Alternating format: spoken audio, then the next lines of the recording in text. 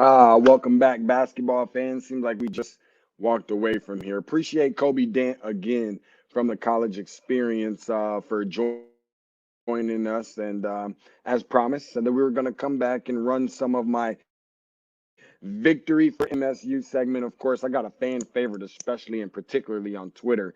For those of you who like to engage with my next guest quite a bit. Want to make sure that I let you guys know before I bring him in. He's in the green room waiting on me, so I'm gonna make sure that I try and make this as quick as possible.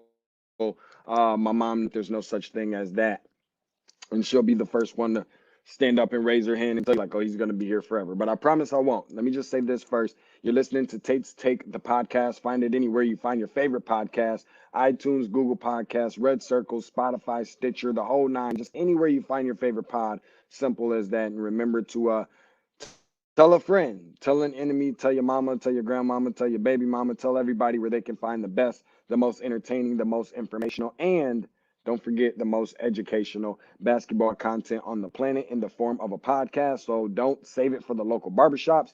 Don't save it for the local sports bars. We give you an opportunity to do so and follow along on social media at Tate's Take Hoops, TATESTAKEHOOPS. Hashtag per usual. You guys know the drill already. Where basketball lives. And without further ado, let me bring my boy up in here, man, because he's going to get something started. We may have had a little bit too much fun the last time that he was on the show. And I'm going to make sure that I can bring him in from the green room if I see it. I know what I'm doing. There we go. There goes my dude, Rico Beard, host of the Valenti Show with Rico on 97.1 The Ticket.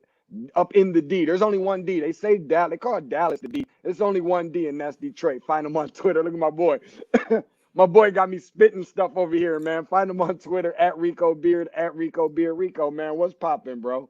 Deshaun, man, glad you had me back on. I tried to tell everybody a few weeks ago, you don't count out Tom Izzo. Everybody had that team dead and buried, and I remember saying, everything lies ahead of them. They win the games, and it looked improbable.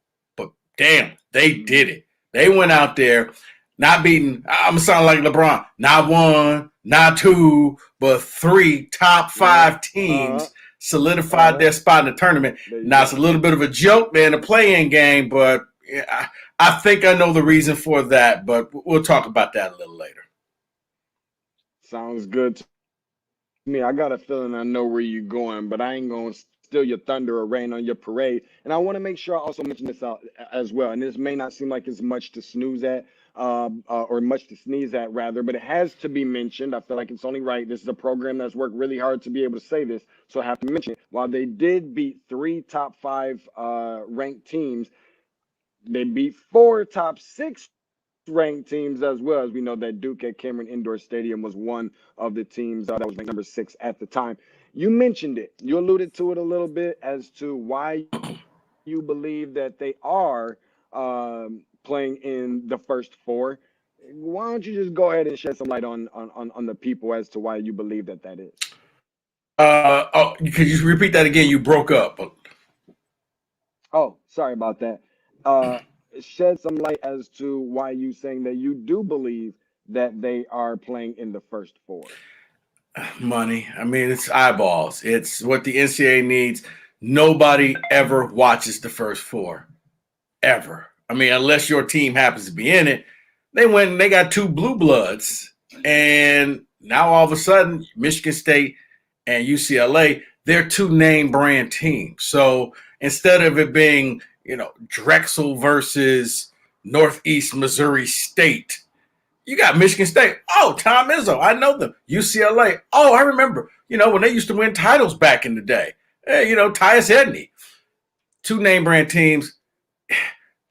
And the fact that they rely way too heavily on the net, which was a joke, and they stopped using the eyeball test. There's no way that Syracuse or Utah State should be in higher than Michigan State. I mean, Syracuse, their best victory was Virginia Tech. They were 1-7 against the other top quadrant 1 teams. They just weren't a good team. If anything, they should be in this playing game. It's a little insulting to Izzo. It's a little insulting to the Big Ten. but it's the hand that you were dealt. You know what? When we did this interview a couple of weeks ago, if I would have told Spartan fans, you're in the tournament, but you're in the playing game, I think they would have took that. So, as Tom Izzo said today in his press conference, anywhere, any place, anytime. And I'm going to have to get a little bit more information from you of exactly what that uh, press conference entailed. That to share. No, UCLA against number 11 seeded Michigan State, taking place on Thursday at 9:57. That is P Eastern Standard Time. So a little over 48 hours away from that. Of course, you can see that on TBS. A place. Let me ask you how much this concerns you, because no, they're not playing Purdue. They are playing at Purdue. Not typically a place that Michigan State. I'm not trying to overthink this thing, but not typically a place that Michigan State plays their best brand of basketball in West Lafayette, Indiana. Right. Am I overthinking that a little bit too much? I know they're not playing Purdue. It's UCLA, but is it just me? You know what? I was told not to overthink it because they're not actually playing Purdue. You don't have the paint crew, the student section in there to kind of wreak havoc, but that's been a house of horrors for Michigan State. They have not done well at all at MAC. Some of their worst losses, and this was good teams. I'm talking the Miles Bridges, the Jerry Jacksons of the world, the Gary Harrises. They've gone to Mackey and laid a flat-out egg. Now, it could play to their advantage because, one, they've played there before. It's a weird-shaped gym if you've never been there. To be an engineering school, you got to wonder who was drunk when they designed Mackey Arena, because it's got like dead coffin corners that if you go in there, man, I mean, you're taking your life in your own hands. So you got that.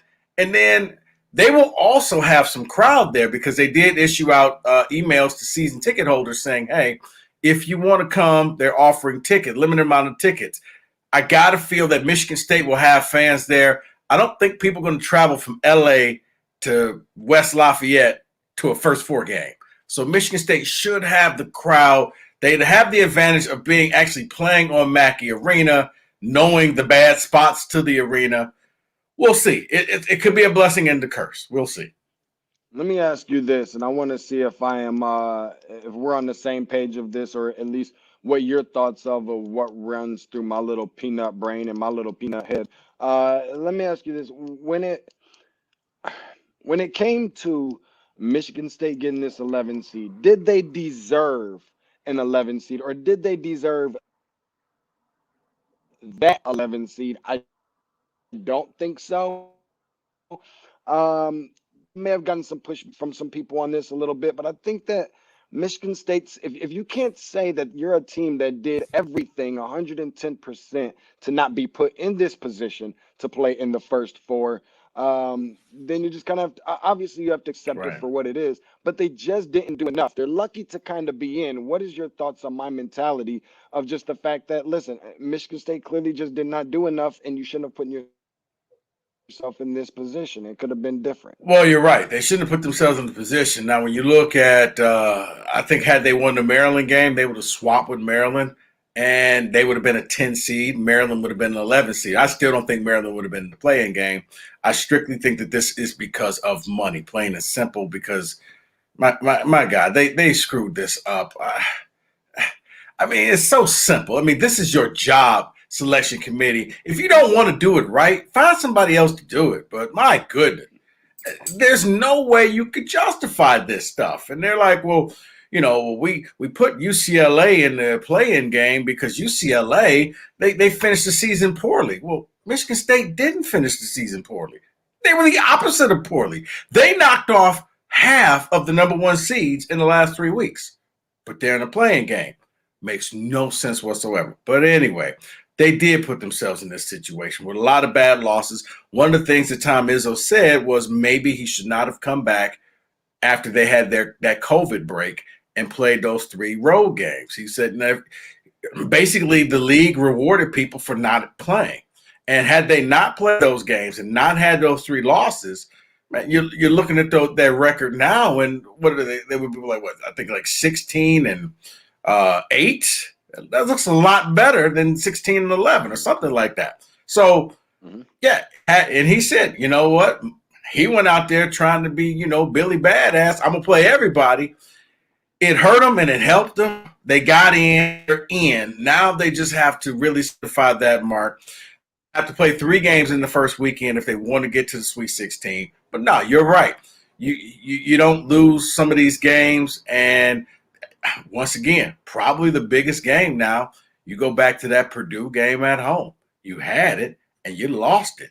If you win that game, you're probably looking at a solid 10 seed because Purdue ended up getting better. It was a bloody victory, but they didn't. They let it get away. They let Travion Williams beat them, and, the rest was history. And had Duke made it in the tournament, that game would have looked better. But because Duke didn't look as good.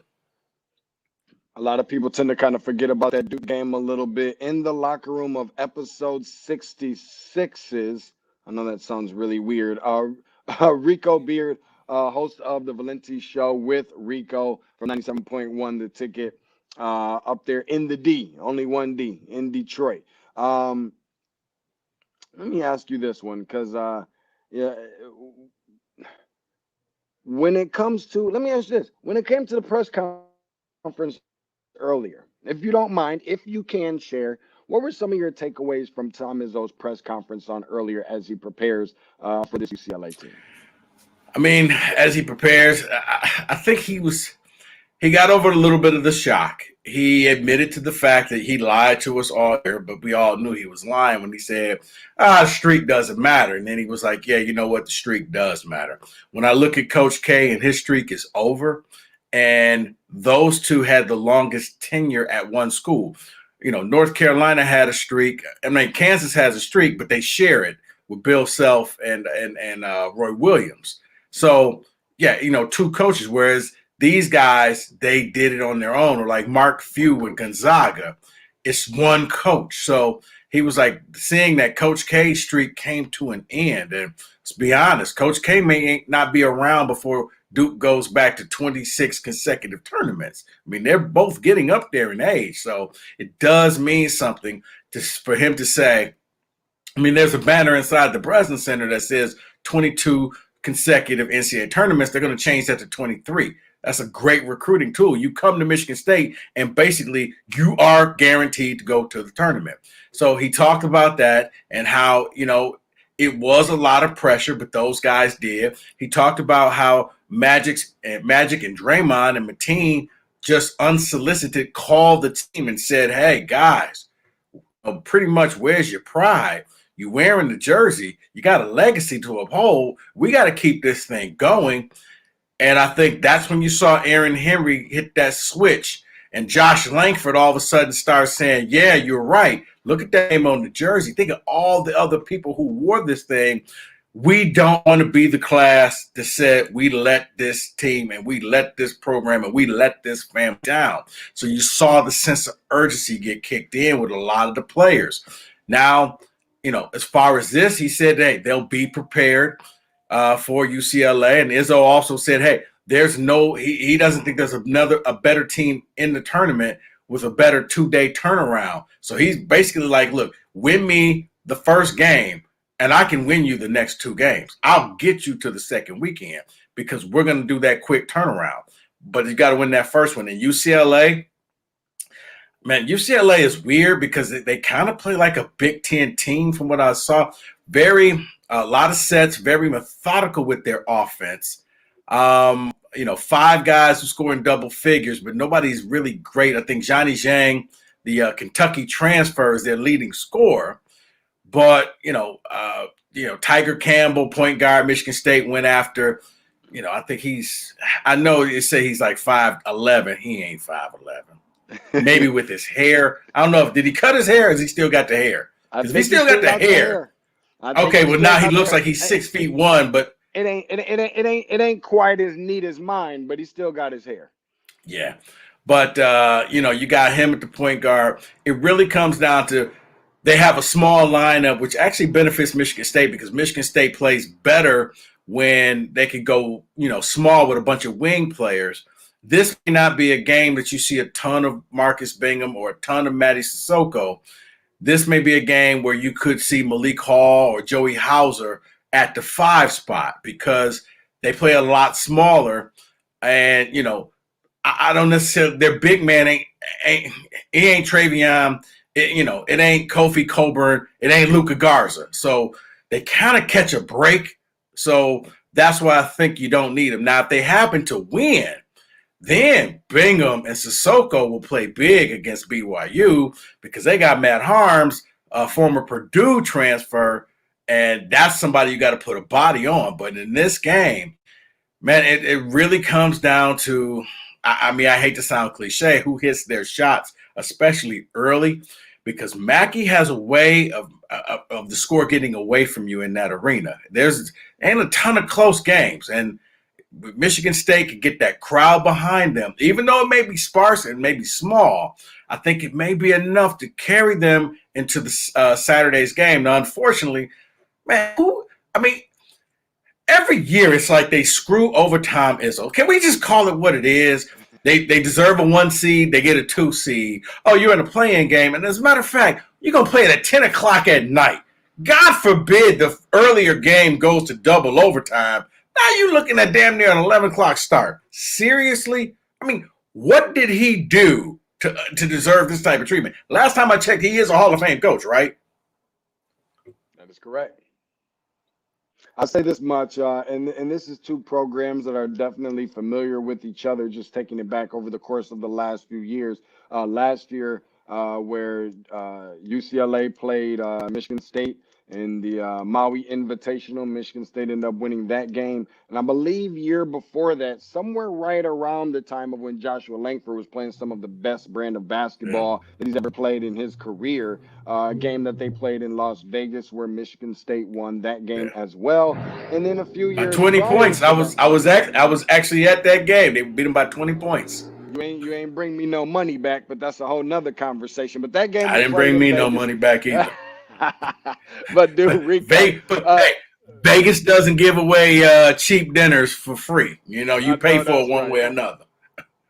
I know that's right. And then last but not least, I remember, if I can go back a few years prior to that, and I could be totally off base here, but if my memory serves me correctly, I remember Derek Nix, Joshua Smith going up against each other, the Battle of the Bohemians in the first round, I want to say, of the NCAA tournament. I can't remember what year that was, but they met up at that time too, if I'm not mistaken. Correct?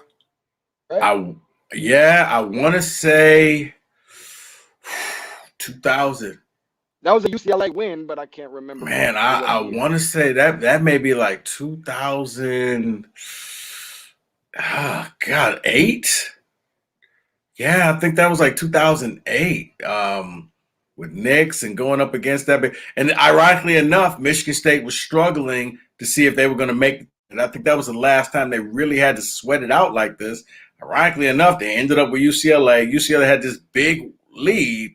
They had a 25-point lead, and Michigan State cut it down by 24 points. And Kalen missed like a half-court shot at the buzzer that would have won the game for him. But, yeah, I remember at the end of that game, Izzo was like, you know what? I took a lot of criticism. People told me, be nice to my players. He was like, F that. I'm going back to being tough. I'm going back to the type of drills that I do. And we're going back to Michigan State style because you're right. Josh Smith kind of pushed everybody around, and they looked rather soft in that game. So, yeah, that's good memory. Yeah, I was going to say, too, we might have to fact check that one because I know it wasn't 2008. No disrespect to your memory, but 2008 was the year that I believe we lost to Derrick Rose in Memphis in that time. But we'll try and figure that one out a little bit later. Now, UCLA is a team. Obviously, we talked about Johnny Juzang and Tiger Campbell. They're without Chris Smith in the front court. He only played less than 2 handfuls of games earlier this year. They're on a 4-game losing streak entering this game.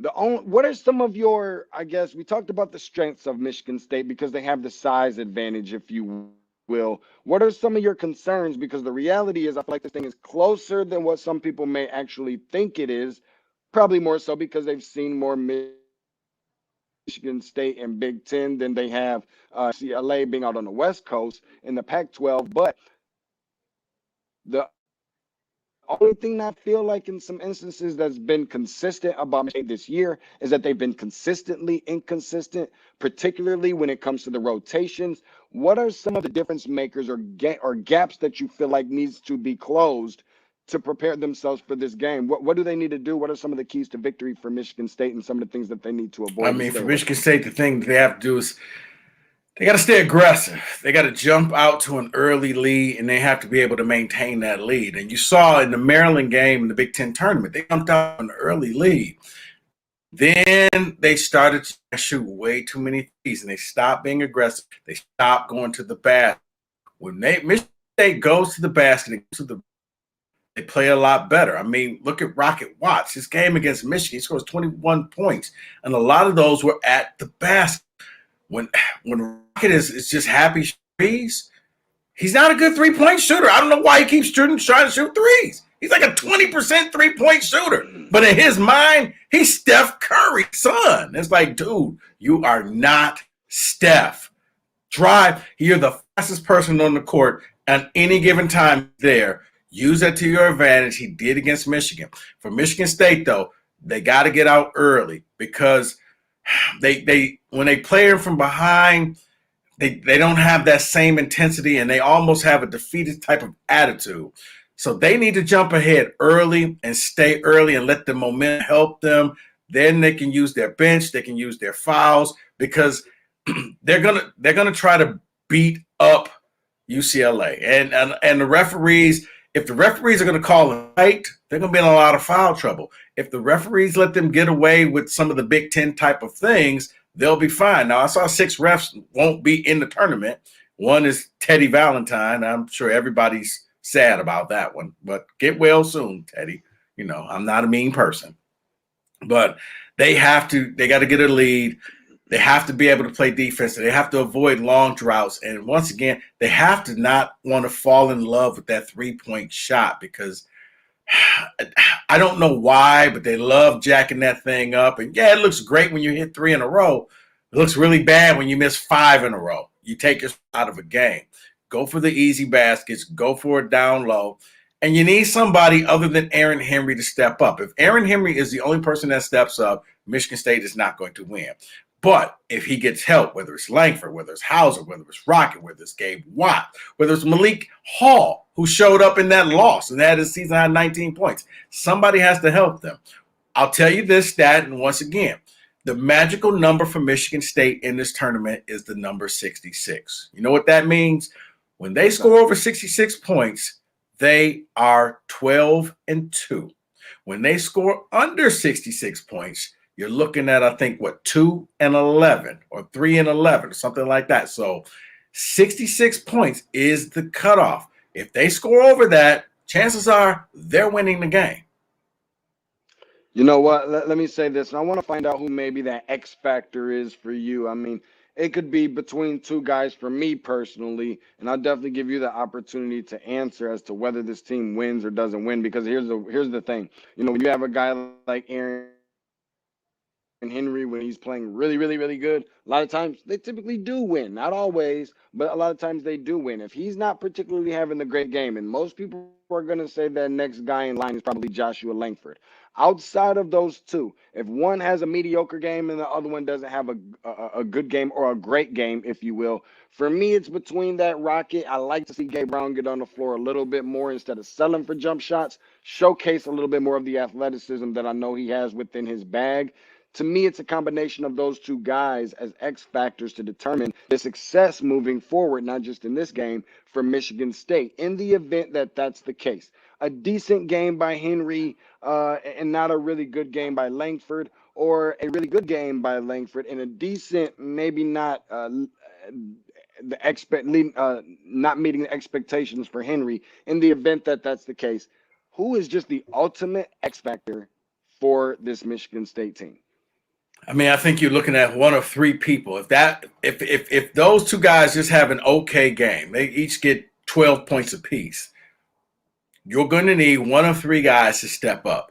Joey Hauser, you know, he had his season high against Wisconsin. He scored 27 points.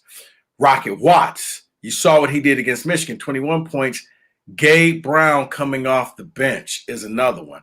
If Gabe gets hot, he's a streaky shooter. He reminds me back in the day of a Vinny Johnson, where he just heats up real fast. And when he gets hot, man, just keep feeding him the rock, feeding him the ball, because he's going to get you over that hump. I remember he did that against, I think he hit 3 threes in a row against Indiana, which kind of put the nail in the coffin against the Hoosiers. So one of those three would have to step up if you're going to do that. Now, I do say this. If Michigan State gets ahead, now you can introduce Marcus Bingham. Now you can make UCLA play your game. And you don't have anybody who's 7 feet tall. You don't have anybody who can help out Bingham. And Bingham has stepped his game up in the last couple of weeks. Now, he's not where they want him to be, but this is one where you can exploit a mismatch, especially if you get ahead. If you start getting an 8-point lead, now you can put him in there and dump the ball down low.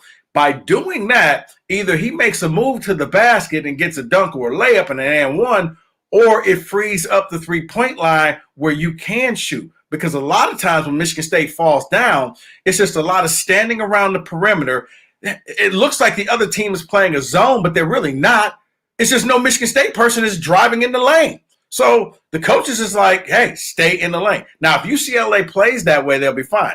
If UCLA actually tries to go out to guard them at the 3-point line, that's going to be trouble for them, because every Big Ten team realized, man, let them shoot threes all day.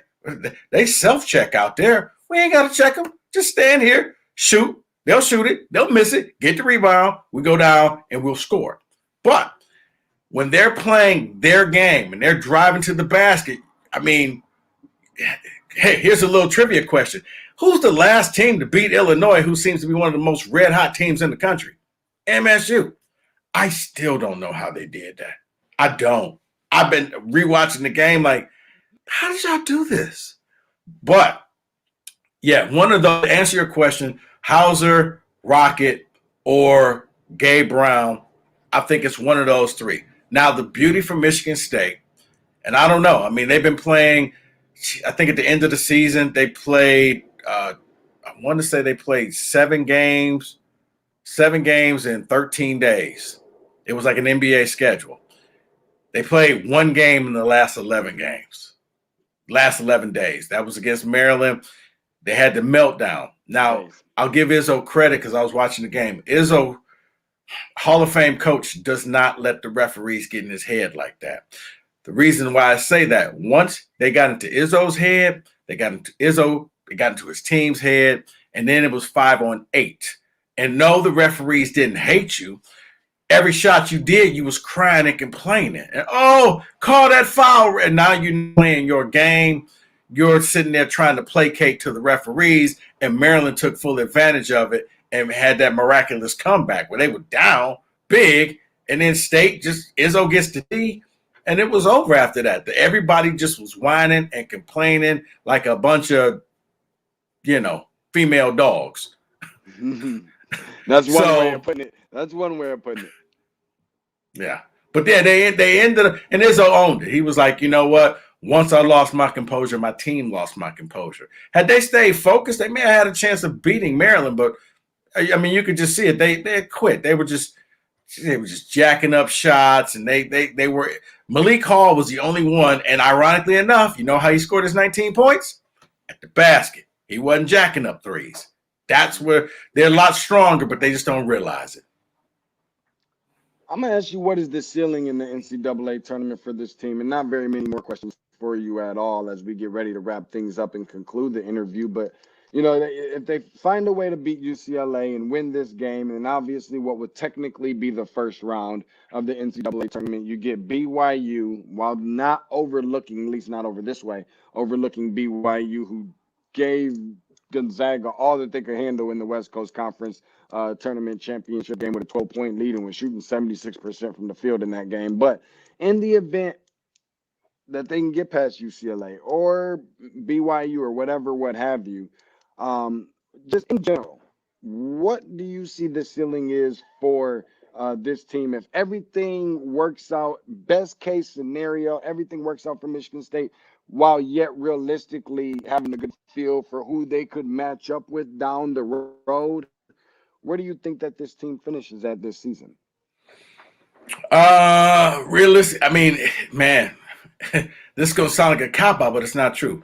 If they get past UCLA, and that's a big if, because they lose, then this is a moot conversation. But they get past UCLA, honestly, if everything goes the way it can, I think that they can beat BYU because of the style that BYU plays. BYU, everybody saw that first half against Gonzaga and like, oh my God, BYU's great. BYU played over their head. BYU, that was their Super Bowl. That was their NBA final. They knew, man, we can make an impression on the world if we knock off Gonzaga, which they did. I think they were the last team to beat Gonzaga. So BYU was playing very like over their head. I don't think they're going to hit as many shots like that. Law of averages say, yeah, you're not going to stay that hot. So they may actually, the layoff actually hurt them. I think, if MSU plays Texas, he doesn't have a good tournament resume ever since his days of VCU and that Havoc defense. I don't think he's won a tournament game since. So something you may want to watch out for. Alabama, if they play Alabama is good, but when the pressure is on, man, Alabama, either causes diamonds or they cause pipes to bust. And Alabama has a lot of leakage. They be calling the plumber a lot. Let's just put it like that. Honestly, probably get to the Elite Eight. I think best case scenario, if things that way, they get to the Elite Eight. And once you get to the Elite, hey, you get lucky. You never know. You can make it to the Final Four. You just got to wait and see. Rico, you a multiple bracket guy? Are you a one bracket guy? Do you fill them out at all? What they doing in the Rico Beard household? And not only that, but do you have we come from similar parts of the United States, obviously, regionally up in Michigan. Do you have a go-to in terms of what's on the menu for the NCAA tournament? How is Rico Beard kicking back and watching the tournament these days? Well, bracket. I mean, I used to do a bracket, and a lot of times I would either do one bracket or I would do two brackets. I would do one with like the serious bracket, and then I would do one where I kind of picked my favorite teams. So one was the money bracket, one was the heart bracket.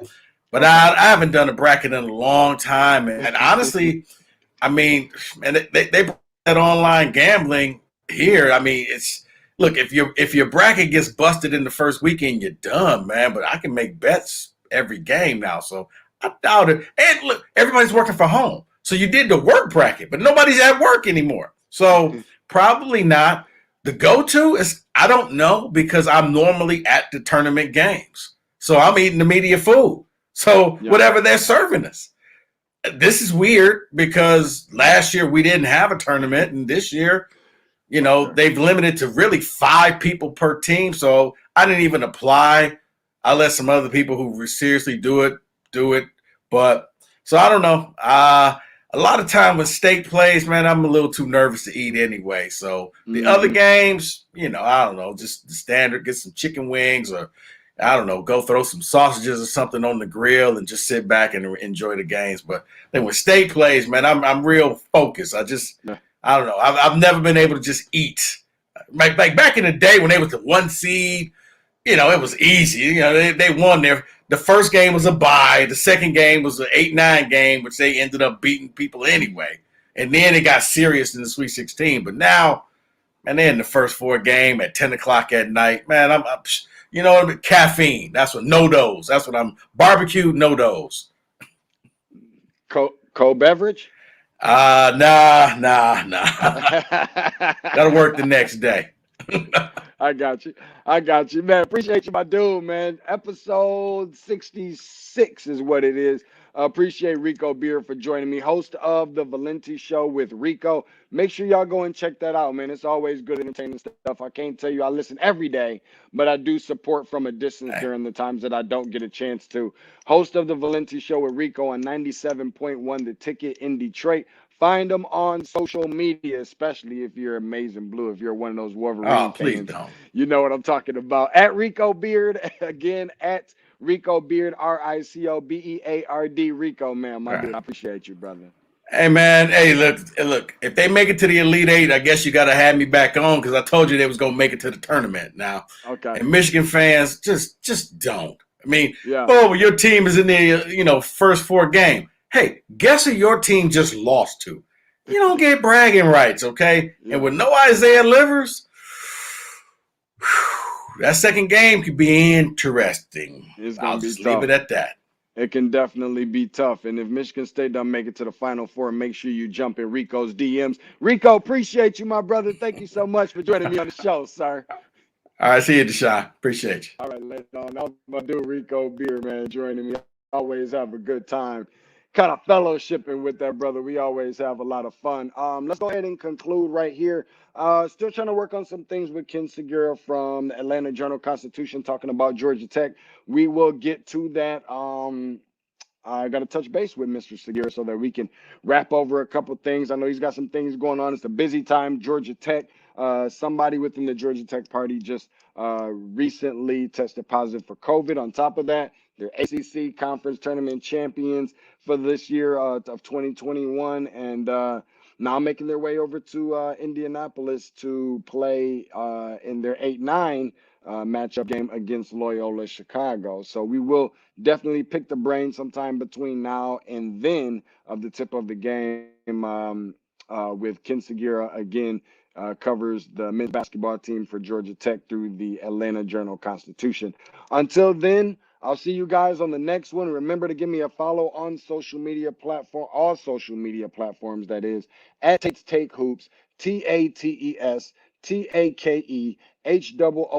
You guys already know that that's where basketball lives, and I do appreciate everybody who has already done so. But if you haven't, make sure that you subscribe to the podcast. Don't save it for the local barbershops. Don't save it for the local sports bars. We talk about it right here on Tate's Take, which I like to call the best, the most informational, the most educational, and the most entertaining basketball content on the planet in the form of a podcast. And I think that that's going to wrap up our Victory for MSU segment. So remember to tell a friend, tell an enemy, tell your mama, tell your grandmama, and you guessed it, yes, tell your baby mama too to go and subscribe. Anywhere you find your favorite podcast, follow along on all social media platforms at Tate's Take Hoops, TateStakehoops, where basketball lives. Thank you again to Rico Beard and a couple of the people who chimed in with us. I know my dude Todd Corder chimed in with us.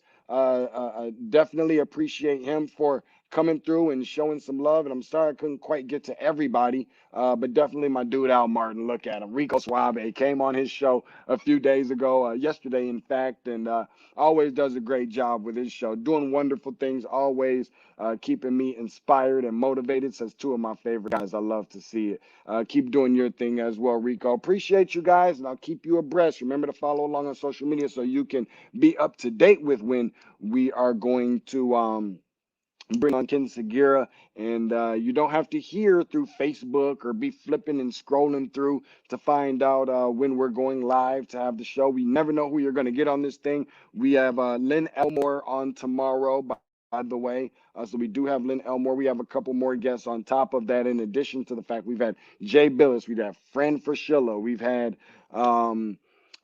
Seth Greenberg, Dan Dockich. He's a fan favorite most of the time. So you never know who you're going to get on the show. Instead of finding about it through the word of mouth or just scrolling around on social media, hit the subscription button. You'll get a notification, comes to your phone. It takes less than 30 seconds. I promise you it's all going to be worth it. Talk to you guys soon.